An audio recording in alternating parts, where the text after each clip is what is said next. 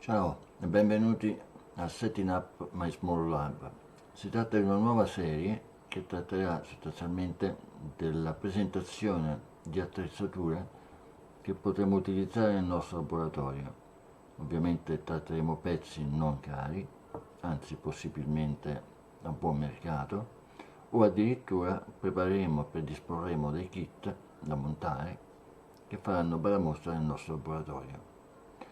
Per cominciare inizieremo con il nostro alimentatore, un Eventec da 30 volt variabile 5 A.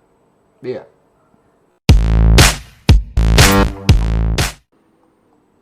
Ed eccoci finalmente davanti al nostro alimentatore Eventec KPS 305D. Apriamo e vediamo cosa contiene il pacco.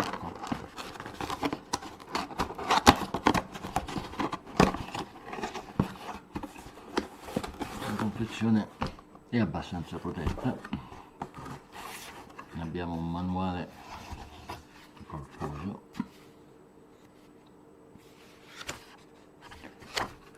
scritto anche in italiano, chiavi di alimentazione,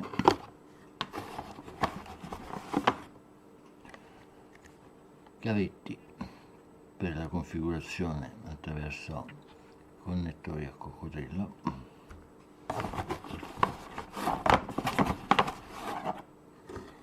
due paia del nostro alimentatore.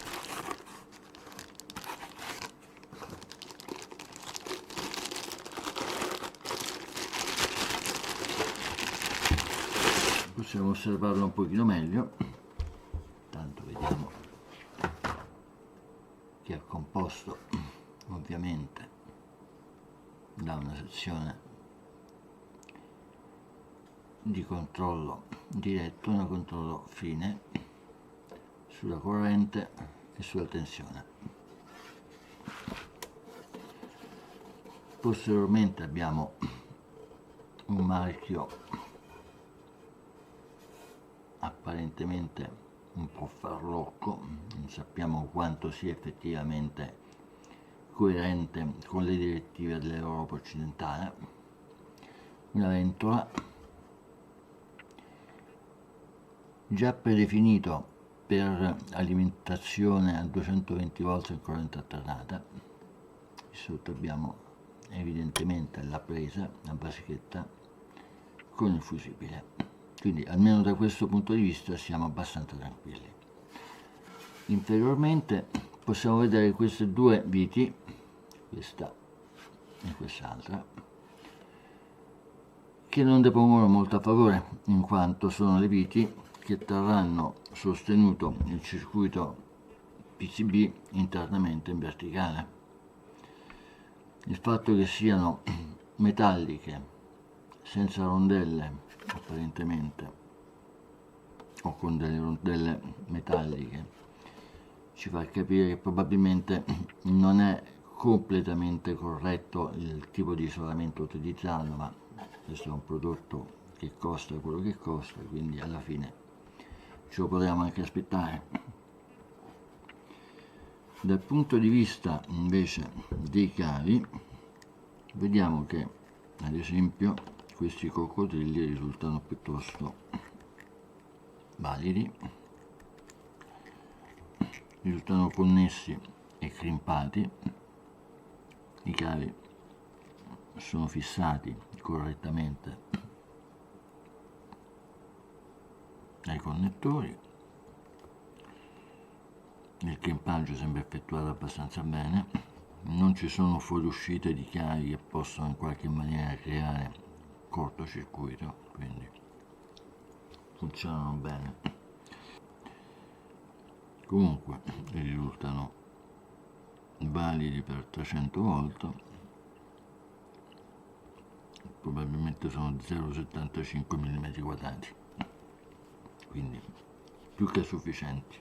Per quanto riguarda invece il cavo di alimentazione,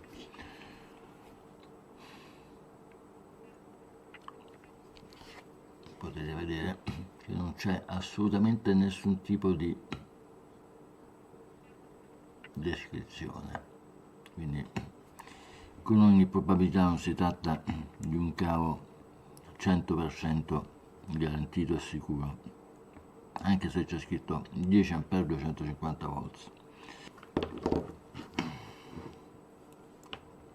Il cavo non è particolarmente flessibile, sembra ci sia scritto qualcosa, ma è sostanzialmente a pressione, quindi non è probabilmente un sistema che passerebbe gli standard per quanto riguarda le normative di sicurezza europee. D'altra parte noi quello che stiamo cercando è un alimentatore che possa funzionare nel nostro laboratorio e probabilmente ha tutte quante le caratteristiche per poterlo fare in modo degno. Vediamo come funziona dal punto di vista elettrico. Eccoci tornati, abbiamo eseguito le debite connessioni, accendiamo la macchina. Come vedete, già nel momento in cui viene acceso abbiamo un piccolo spike di tensione, probabilmente dovuto al fatto che alcuni condensatori non sono scaricati completamente. Ad ogni modo, proviamo a collegare il motorino. Eccoci qua. Aumentiamo la tensione.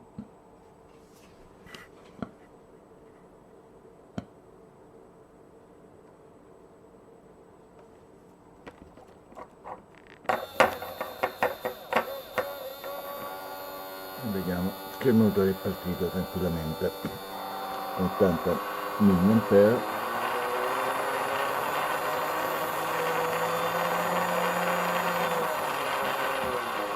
Funziona correttamente.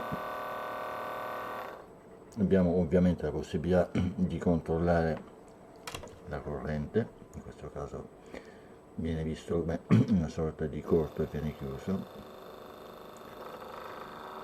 È possibile eseguire una regolazione fine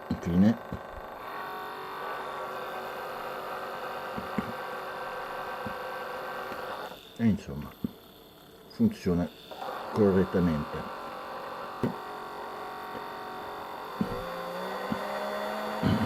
Però ad esempio abbiamo riscontrato un problema che è il seguente: nel momento in cui ad esempio spegniamo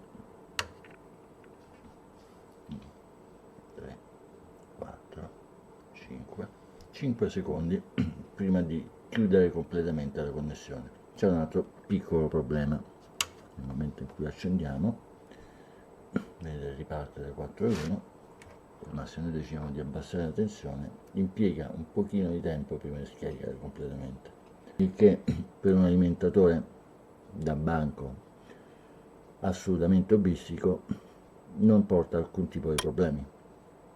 Potrebbe portare nel momento in cui le cose cominciassero a diventare un pochino più difficoltose. La macchina è stata testata fino a 30 volts con 5 A. È decisamente precisa nella definizione della tensione, anche se ha 3 sole cifre significative anziché 4. Valuteremo, non appena avremo presentato l'oscilloscopio, il livello del ripple, ma possiamo dire fin da ora, avendolo testato prima dell'acquisto, che su carichi pesanti si mantiene abbastanza basso. Anche l'efficienza della macchina risulta intorno al 90% su alti carichi, scende al 75-80% su carichi più bassi. È una macchina che consiglierei a chiunque? Ovviamente no. Si tratta di una macchina ideale per il lobbista, per la persona che si affacci al mondo dell'elettronica. Sicuramente non è una macchina professionale, per tutta una serie di ragioni, una delle quali la vicinanza fra le connessioni, che porta a rischi di cortocircuiti e comunque mantiene l'isolamento tra primario e secondario internamente non completamente standard, non completamente valido. Il costo è valido, abbiamo detto che si può trovare intorno ai 60-70 euro al massimo. 5 ampere per 30 volt corrispondono a un bel carico, quindi nel 90% dei casi non dovrebbe creare problemi alla vista. Grazie per averci seguito, se vi è piaciuto il video mettete un like e sottoscrivete il canale. Ci vediamo al prossimo incontro. Grazie per averci seguito, se vi è piaciuto il video mettete un like e sottoscrivete il canale. Ci vediamo al prossimo incontro.